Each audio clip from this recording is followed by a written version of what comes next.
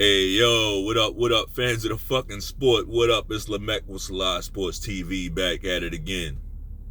Chill. Um, First and foremost, I feel the need to say this because I was looking at um the titles and thumbnails of some of my videos. Look, I don't get a kick out of being negative, so to speak. I don't. It does nothing for me to be on here roasting athletes or going after certain people around in the sports world or whatever. Doesn't really do anything for me, but I tell you what does do something for me. Telling the fucking truth, right? Telling the truth does something for me. So I wish the truth were more I wish sports was in more of a happy place, right?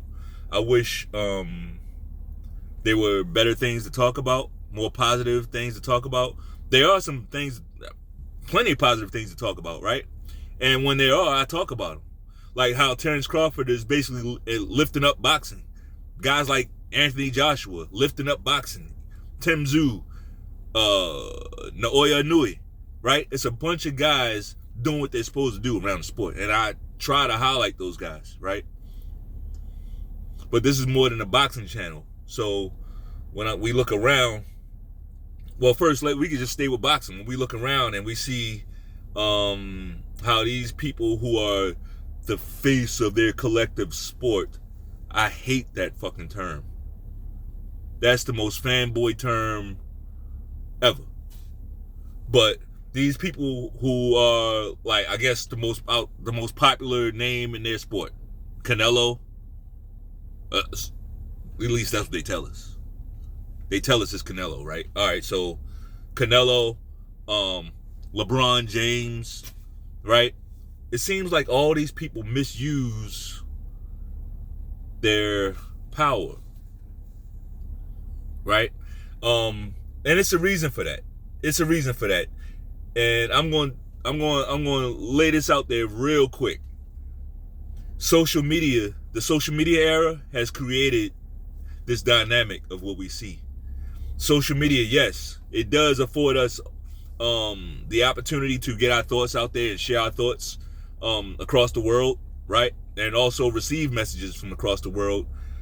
But that's how the social media shit started. Like when Twitter first started, it was the Wild Wild West. Facebook, when these social media platforms first began, they were open. They truly were open to any and all ideas, good or bad, right?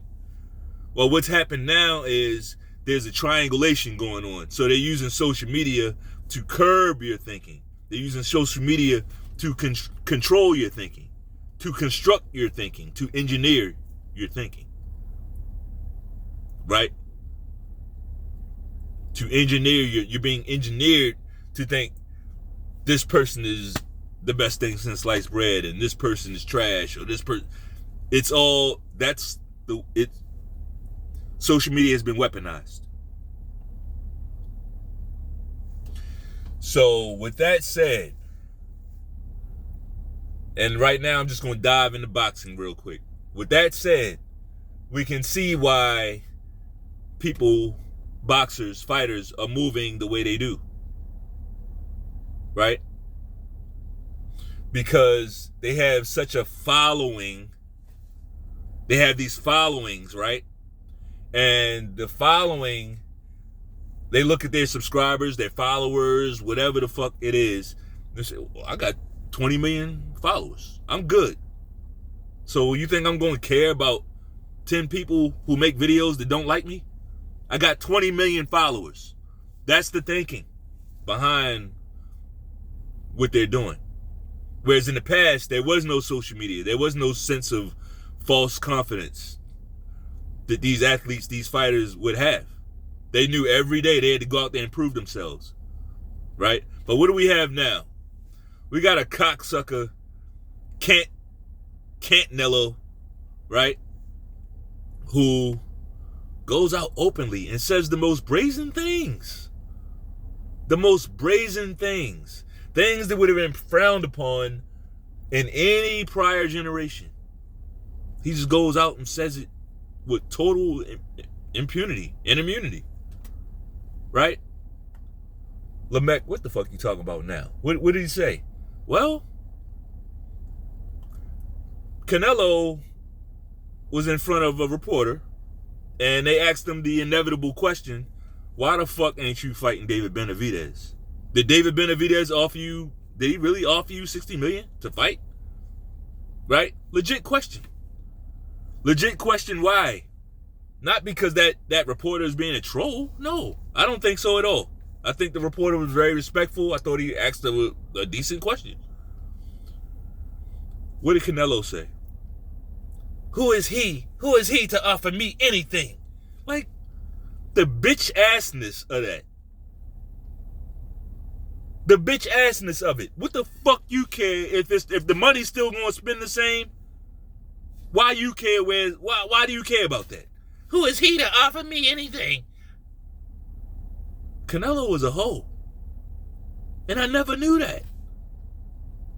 I never knew that. I really thought this guy was a tough guy. The way he carried himself before, I never thought he was the best fighter, the greatest fighter. Like, he's a good fighter. Definitely a great. I think he's a great fighter, especially earlier. His counterpunching, stellar. Right? But I never saw him as, like, just the eye test, I never saw him as one of the all-time greats. At any weight class, whatever weight class you want to use, I don't see him as that. I see him as a guy who made the most out of what he has, right? I also see him as a guy who does not like challenges. I don't know what happened to him, but he does not have the spirit of a fighter. He doesn't. He does not have the spirit of. He does not want to know. He doesn't want to know. And the thing that really tells it all about this guy is, I go back to, I want to say maybe a couple years ago, year and a half, couple years, sometime the years run together. Whenever it was that Demetrius Andrade ran up on his press conference, right, after another one of his bullshit fights, Demetrius Andrade ran up in one of his press conferences and was asking him, hey, why you don't want to fight me? Like, watch your mouth. No, you don't want to fight me, right? Remember that? And Canelo's up on the stage being as usual. Get the fuck out of here. You fought nobody, man. You payday. All that shit.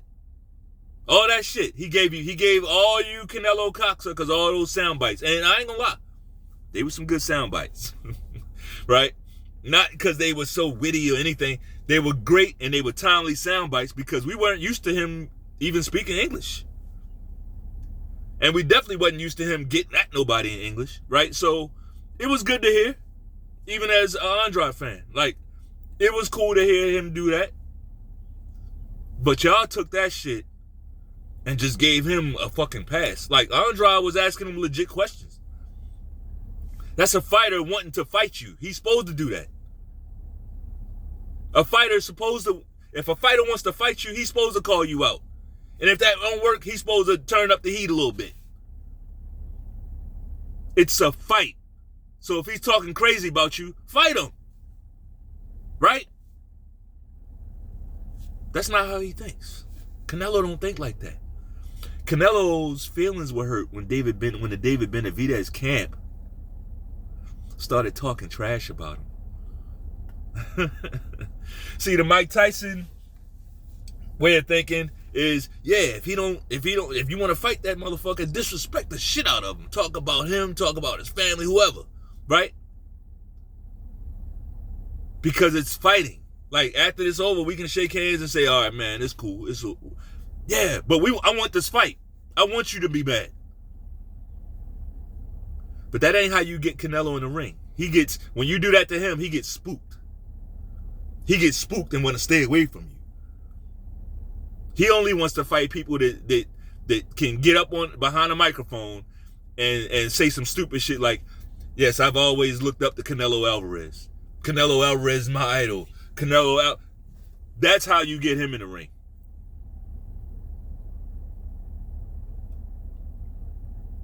It's fucking sad, bro. We got athletes in this day and age. LeBron is another one. They don't like challenges. These guys been training to play basketball. Motherfuckers been training to box professionally all their life. All their fucking life. And they still not confident. If all I had to do was play basketball all my life, if I had that kind of talent, you think I'm be scared of anybody?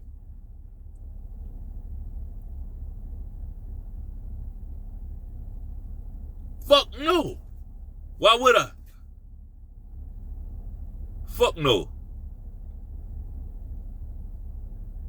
But we got this guy who can get behind the mic, and a guy, another fighter, he just wants to fight you.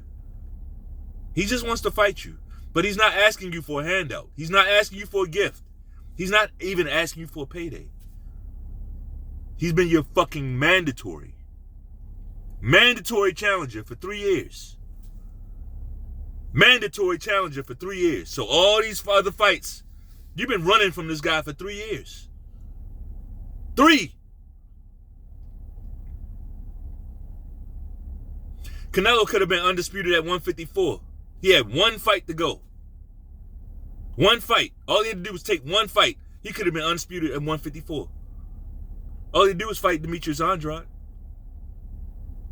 Right? No, he left, ran away. Same thing at 160. He could have been undisputed there. Right? Could have been undisputed there. No. I've always wanted to be undisputed at 168. But you just said that about what? Middleweight. You said you wanted to be the undisputed at middleweight. But as soon as the faces change, you running up to 168. Look, you Canelo cocksuckers out there, you can say whatever. I want you to drop your comments in here. Like, we can talk about it. It's fine. And feel free. This ain't no, I'm not going to ban you. I believe in America. Right? I believe in America. Free speech. You got freedom of speech over here. I ain't going to ban you. I will return fire, though. Right? That's what I do. You shoot, I'm going to shoot back. So let's do it. But I want y'all to explain how you look past all this shit. This is a guy that brought up. Now, Amir Khan's, he's chinny. He's always been chinny. At the lower weights, Amir Khan is chinny. He brought Amir Khan up to fight him. Amir Khan, he's not a guy that you bring up to fight nobody. Like Amir Khan. Right? This motherfucker's been caught cheating. Shit that nobody else would have survived. Maybe survived, but definitely not as some face of the sport. He cheated. We got athletes who claim to be the best guy in their sport, LeBron James, Canelo, attached to scandals. Cheating scandals. Cheating scandals. That's where we at now.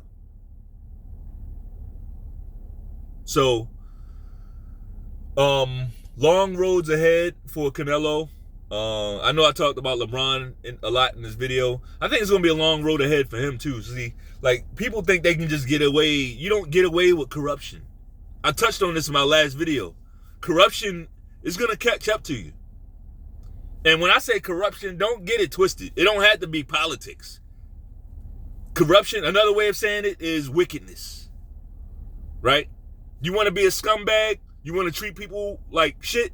Treat people wrong? Do things that are clearly wrong, right? Do things that are clearly wrong. Use people, right? Manipulate people. You want to do all that and think it's not going to come back? Everything comes back in one way or another. It don't have to be the same way you you did it. You know, I was driving by a dumpster, right?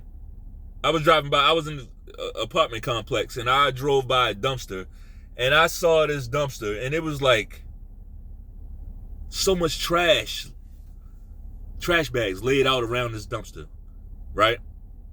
And I'm looking at the dumpster, I'm like, the dumpster's not even fucking full. I get it. Sometimes dumpsters get full. There's no space to put trash, right? I know this is like kind of gross to talk about, but I think I'm going to drive this point home. I'm like, why are all these fucking bags of trash outside this fucking dumpster? When the dumpster's damn near is like, it's daylight. There's so much space in there. You could have put all these bags. Whoever did this could have put the bag in the trash. Right? And then guess what I saw? I saw a chick bringing couple bags of trash, struggling to bring a couple bags of trash out from her apartment. Right? I'm just sitting there watching. I'm watching the whole thing play out. I'm watching this chick. She's struggling and No, I didn't offer to help because I don't do that. They equals, remember? All these bras, they equals. They're equals. Feminism now. So no, I don't want to offend her. I'm not gonna offer my help. Like that might be offensive. Right? So I only help the women on my team. I help the women on my team. My mother, my daughter, right? My girl, right? My cousins. They the women that I care about. I ain't gonna say care about. I care about them. I care about women, period. But I'm not about to extend my resources, my strength to anybody. That stuff ain't appreciated. And I don't need nobody, I don't need you to kiss my ass. Just be respectful. They don't do that. They don't know how. So before I get diverted again, I'm watching this chick struggle with these fucking bags. And she tried to lift it up. She put one of the bags down and she tried to lift one of them up to put in the dumpster, right? She couldn't do it. So she dropped two more bags got dropped down there on the ground, right? But if she had a man, she wouldn't be out here doing that. Most likely. Right? I know gender roles are all mixed and mashed up now. Like, it's hard for me to even assume shit like that. Some feminists will say, I can take out the trash. You see what I'm saying? You see? I can do whatever you can do. All right. My point is, I don't know this chick at all. But just looking at her, dyed hair, right? Dyed super loud red hair and certain look. Super long eyelashes coming out the hair and shit. Eyelashes, right? I'm going to take a guess and say she probably got a crazy mouth, like talking crazy, right? But now look, the after effects is you got to live amongst trash. Now you got to live amongst trash. Everything comes back is what I'm saying. You're going to have to deal with it. You can deal with it up front or you can deal with it on the back end, but you're going to deal with some ramification. So what the Most High has taught me is you might as well go out there and try to be a good person, right? Because we're going to have to deal with shit regardless. We're going to make mistakes. At least let those things that you got to deal with be from honest mistakes. Don't let it be from being some corrupt piece of shit. Because we see how that shit comes back. That's all I got. If you like the video, bang off on that like button one time. Peace.